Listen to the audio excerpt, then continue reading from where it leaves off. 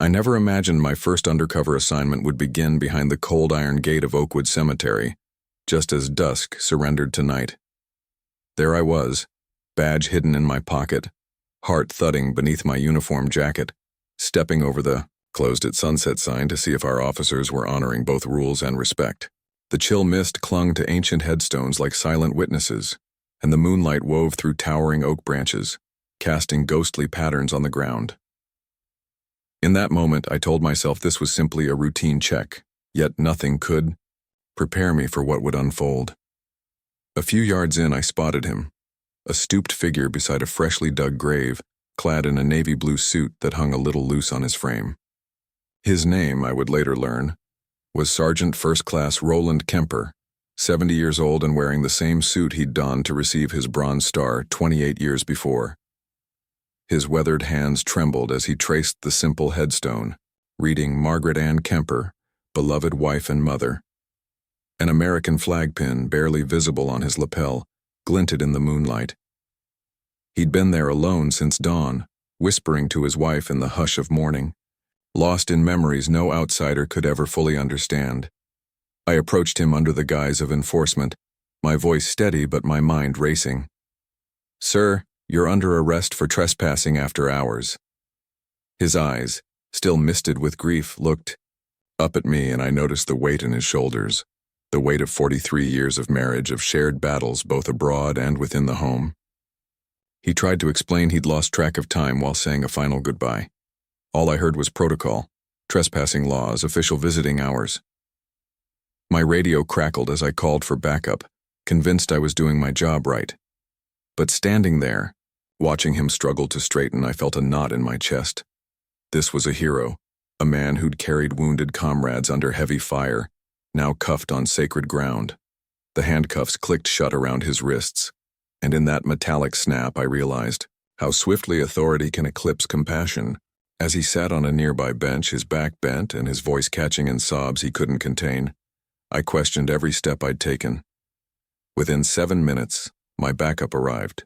2 patrol cars, lights flashing, officers braced for confrontation.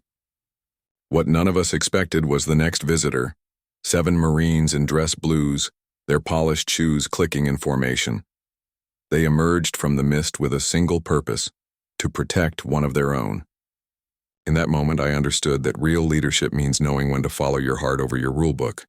This is how I found myself, a commissioner going undercover, standing at the threshold of a crisis that would redefine everything I thought I knew about justice, duty, and honor. Stay with me as I peel back the layers of this story. How a simple trespassing call became a reckoning for an entire department, and how a group of Marines reminded us all what it truly means to serve. I sat behind my desk in the empty precinct just after sunset, flipping through Oakwood Cemetery's standard operating procedures as though I were studying an enemy's battle plan. The policy manual was open to after-hours trespassing, pages detailing exact lockup times, gates close at 6:45 p.m., trespassers subject to fines or arrest 15 minutes later, and rules governing single-officer engagements, handcuff protocols, and mandatory body cam activation. I tapped my pen against the document, feeling the weight of my hidden badge in my jacket pocket. My badge was hidden, but my authority still felt heavy, I reminded myself. If we couldn't enforce these procedures with both firmness and empathy, public trust would slip like sand through our fingers. Tonight I was here undercover, not as commissioner but as a plainclothes officer, to witness firsthand how our rules played out on the ground. Slipping into the chilly evening air, I made my way toward Oakwood's iron gates. The "closed" at sunset sign glinted beneath the glow of a lone street lamp. I pushed the gate open, SFX. A rusty hinge cried out, metal scraping against metal, stepping inside where silence sat thick among the gravestones. My boots crunched over damp oak leaves, each step echoing through the rows of tombstones. Radio static buzzed softly in my earpiece as I keyed the mic. "Unit 47 in position," I murmured. No one answered.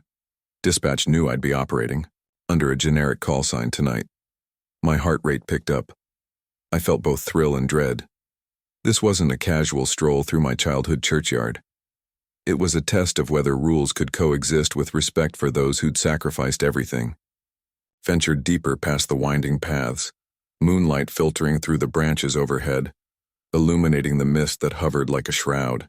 Roughly 100 yards in, I spotted movement, a solitary figure beside a fresh grave, kneeling beside a simple granite headstone.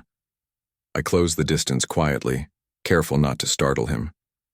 He wore a navy blue suit that hung loosely on his slender frame, sleeves rolled just enough to reveal trembling hands. The headstone read, "Margaret Ann Kemper, beloved wife and mother." Rose petals were scattered around its base, stained by the earth. My eyes caught a tiny American flag pin on, his lapel faintly glinting in the moonlight, so small yet so proud. Recognition struck me. This was Sergeant First Class Roland Kemper, a Bronze Star recipient whose stories had circulated quietly through our veteran support groups. Guilt twisted my gut. Here stood a man who'd braved bullets and bombs for his country, now alone, whispering to his late wife's grave in the cold October night. I took a deliberate breath and slipped into my professional demeanor. "Sir," I called out, voice firm against the hush of the cemetery. He stiffened, rising slowly, hands clenched at his sides. "I'm Officer Daniels. You're under arrest for trespassing on public property outside visiting hours." His shoulders sagged under the force of my words. He blinked up at me, eyes red-rimmed and haunted. For an instant, I saw not a criminal, but a grieving husband who had just lost the center of his world. He tried to speak, voice low and broken. "My wife, she was buried here just this morning." His words hit me like a punch. He'd stood vigil since dawn, whispering shared memories, and now I was the one disrupting his final farewell. I raised my hand, forcing myself to maintain composure. "Sir, the cemetery closes at sunset. It's now past official hours." My voice wavered only slightly, betraying the tension within. He shifted unsteadily, uncertainty flickering across his face. "I've been here since the funeral," he whispered, gaze snapping back to the headstone. "I just lost track of time." The mortar of rules and human decency clashed in my mind. I checked my watch. 7 minutes over closing. The policy demanded enforcement.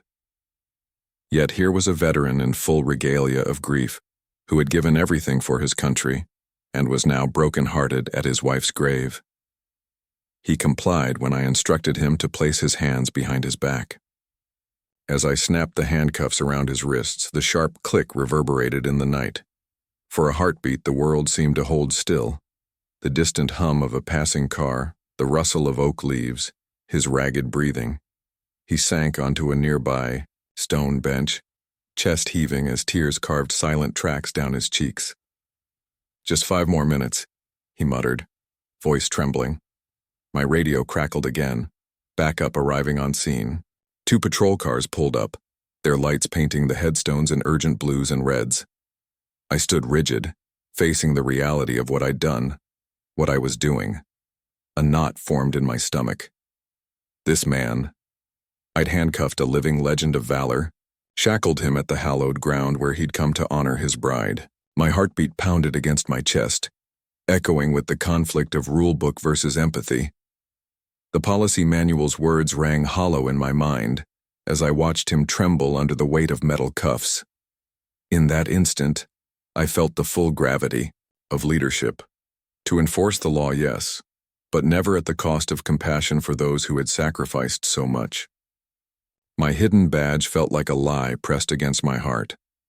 The choice lay before me: uphold the letter of the law, or uphold the spirit of service that law was meant to protect. As I stared down at Sergeant Kemper, shoulders slumped, head bowed, I realized this was more than an enforcement detail. It was a test of our department's soul. Would we be remembered for cold adherence to rules, or for the humanity we extended when it mattered most? The moon drifted behind a cloud and darkness deepened the shadows around us. I inhaled slowly, trying to steady my trembling hands. The veteran looked up, eyes meeting mine, and in that gaze was the unspoken question: am I still among brothers? My heart clenched, knowing the answer had to be both just and kind. The backup officers edged closer, ready to act, unaware of the silent battle unfolding within me. The cemetery lay silent except for the soft echo of my own breathing. I squared my shoulders, lifted my chin, and prepared to rewrite the ending of this night, not as an arresting officer, but as a leader who understood that true authority is earned through grace as much as it is enforced through power. I brought the radio mic to my lips and keyed in, voice low but urgent. Unit 47 requesting 2 more units. Possible uncooperative subject at Oakwood Cemetery.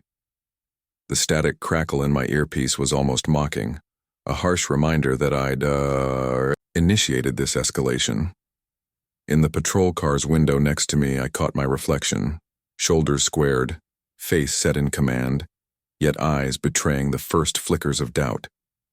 The moonlight skimmed across my forehead, illuminating beads of sweat I couldn't explain away as nerves. The backup vehicles arrived with muted whines rather than triumphant sirens, their headlights slicing through the night like searchlights. As they parked behind me, I felt the invisible weight of expectation settle on my spine.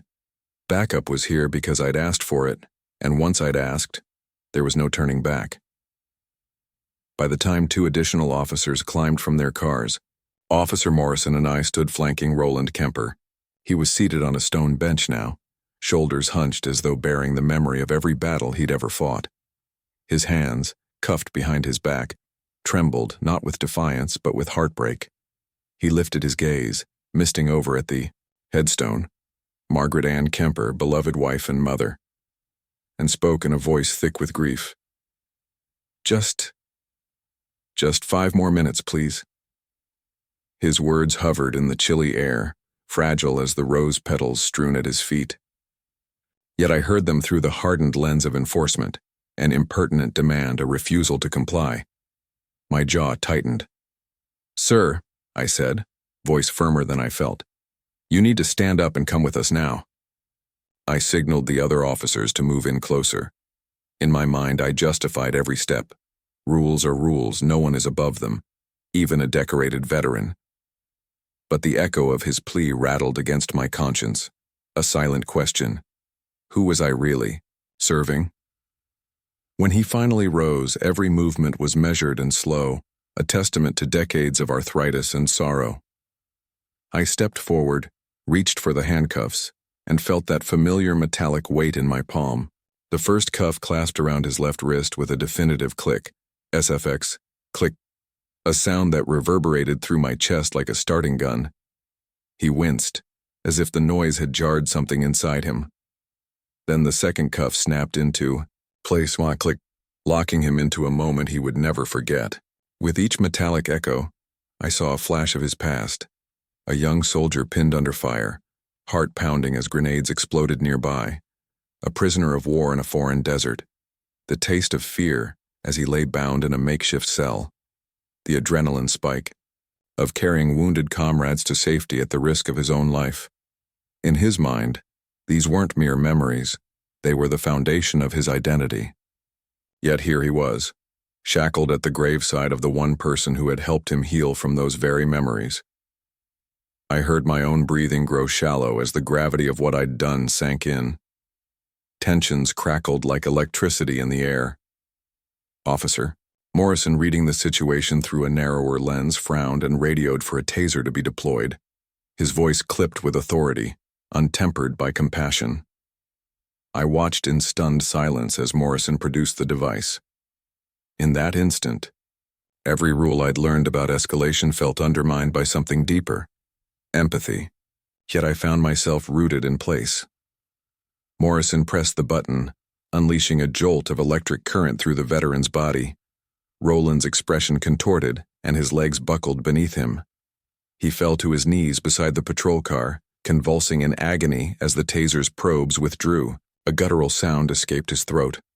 Neither fully a scream nor a sob, but something raw and ancient, as if the collective suffering of his life had burst forth. The blue and red lights cast fractured shadows over his trembling form, painting him alternately as criminal and casualty. My heart pounded so loudly I could barely hear the radio chatter. My colleagues moved in, concerned only with securing him further, while I remained frozen, eyes locked on Roland's shaking shoulders. The sight was unbearable. A man who had braved the worst of humanity brought low by the tools of authority. I felt bile rise in my throat as regret crashed over me in a tidal wave. What had I done? I'd justified my presence here as a test of procedure, but I'd become the instrument of his suffering. Each flash of the patrol car's lights illuminated a part of me I didn't recognize, the part that valued rules over respect, certainty over understanding. I swallowed hard, bitterness coating my tongue. The veteran's ragged breathing slowed as the taser's effect waned, leaving him gasping for air, pain, and betrayal etched into every line of his face. The radio's static buzzed in the tense silence that followed, a reminder that life moves on even when your sense of right and wrong shatters. I looked at my reflection in the passenger window glass again, this time no longer seeing the committed leader I'd hoped to be. Instead, I saw a man burdened by a single, stark truth. Enforcing the law without heart was no service at all. Roland's head drooped, and in that fragile posture I recognized a plea not for mercy, but for acknowledgement. An acknowledgement I had failed to give. My hidden badge suddenly felt like cold iron against my chest, a symbol not of authority but of my own complicity in a grave injustice. I stepped forward, my boots crunching in the leaves, every step a promise to myself. This wasn't the end of the story, not if I had any say in it. I barely registered the crunch of leaves under my boots before I sensed movement at the main gate. 7 figures emerged from the mist, silhouettes in crisp dress blues, their formation precise as a well-oiled machine. Their polished shoes clicked, in perfect unison, click, click, click against the asphalt, echoing through the cemetery's silent corridors like the beat of a war drum. At their head walked a young Marine whose bearing instantly commanded respect, Tommy Rodriguez.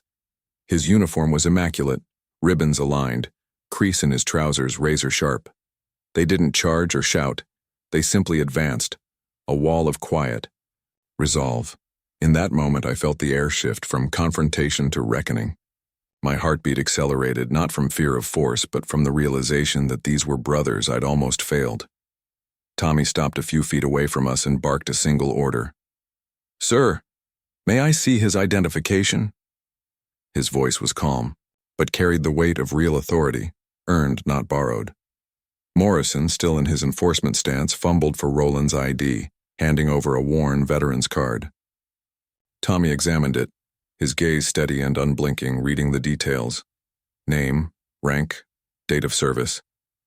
He glanced back at Roland, then at me, as if measuring who among us truly understood service.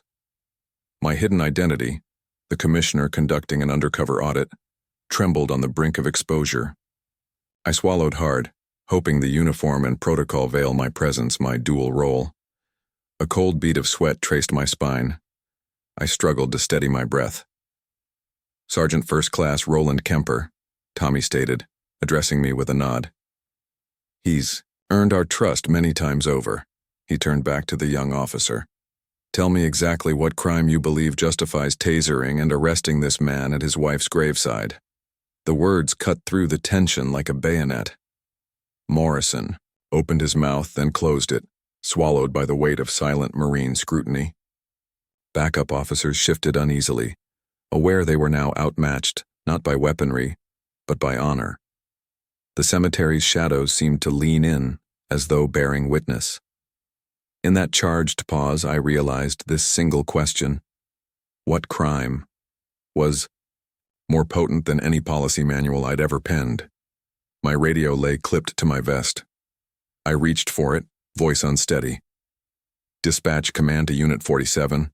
Be advised we have active duty Marines securing this scene. No further action required until I arrive." My tone wavered, betraying my internal struggle, but the message was clear. They answered only to me now.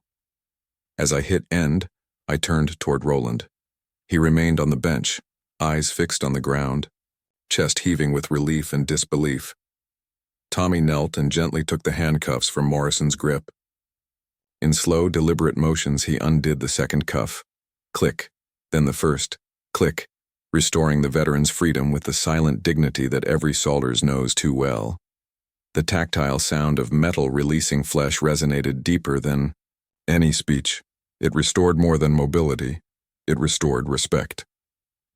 Roland rose unsteadily, hands trembling now from both shock and gratitude.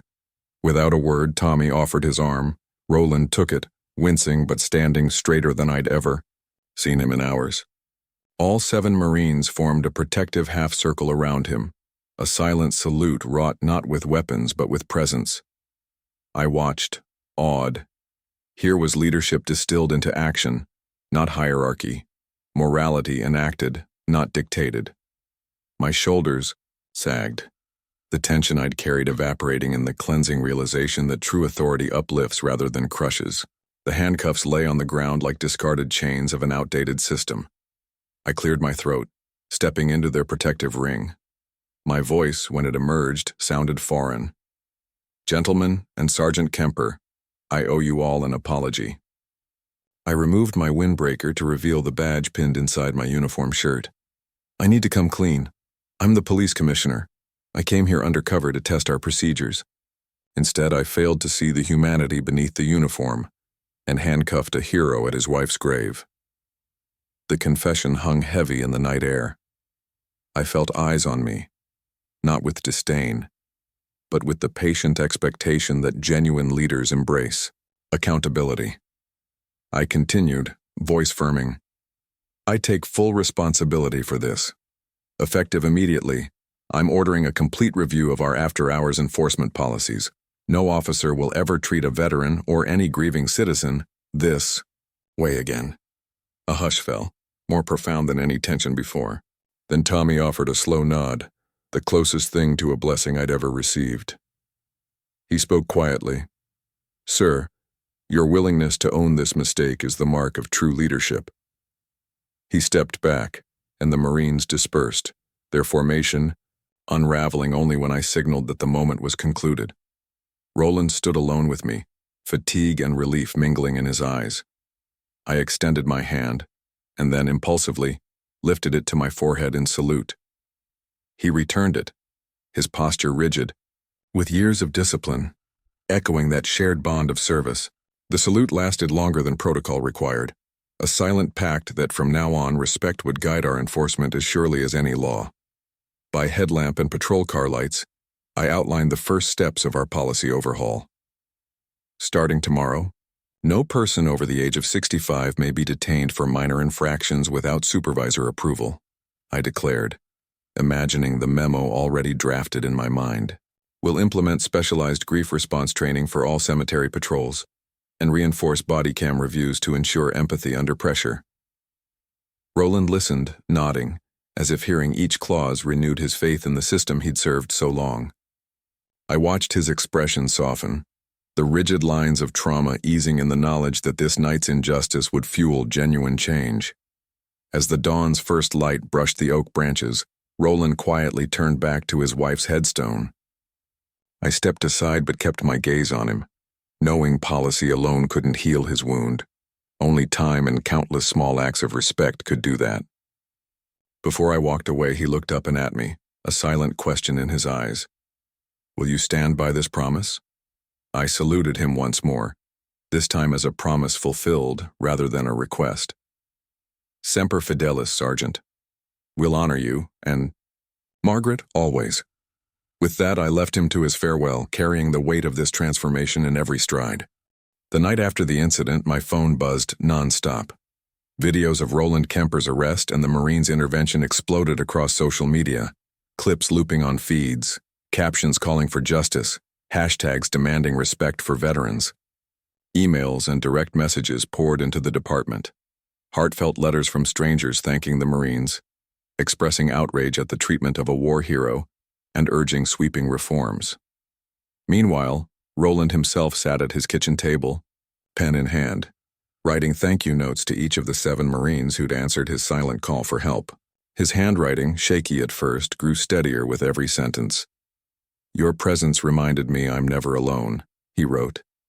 These letters, far more powerful than any policy memo, captured the true spirit of service. In the quiet that followed the storm, I reflected on what had happened. As CEO of Public Safety, I'd always believed strong leadership meant unwavering enforcement of the rules. Yet tonight taught me the opposite. True leadership demands empathy over ego. Rules exist to protect people, not punish their humanity. Watching Roland's tears in the Marine's dignified stand, I realized that policies without compassion are empty gestures. I vowed then, and I vow now, to keep walking undercover in this community, to feel the pulse of real life beyond our conference rooms and command centers. Only by stepping into others' shoes can we rebuild the trust that unites us. So here's where we stand. Our department is already drafting new guidelines to ensure no one over 65 is ever handcuffed for a minor infraction without supervisory approval. We're setting up grief response training for every officer who patrols sensitive sites like cemeteries, and we'll reinforce body camera audits to catch moments where empathy should guide enforcement. But reforms on paper aren't enough. I promise to stay in the trenches, incognito among dispatchers, paramedics, even our 911 operators, to listen, learn, and protect the dignity of every person we serve. Now I turn to you. Would you dare go undercover to fix broken rules in your own world? Drop a comment with the title Undercover CEO if you think leaders should walk in their employees' shoes before writing mandates. Share your stories of moments when compassion triumphed over protocol. And don't forget to like this video if you believe every community needs courageous leaders who admit their mistakes and fight for better. Next time, I'll take you inside our 911 dispatch center, where another crisis is waiting to test our commitment to empathy. We'll ride along with dispatchers fielding frantic calls, probing how rules and real lives sometimes collide. You'll see how split-second decisions can mean the difference between chaos and calm, and how walking undercover can reveal hidden flaws in even our most critical systems. Stay tuned, because real change only happens when we face our own mistakes and let our failures guide us toward something better. If you're ready for the next chapter, subscribe and hit the bell icon now. You won't want to miss what unfolds when we shine a light into the heart of our 911 operations. The next episode premieres soon. See you then.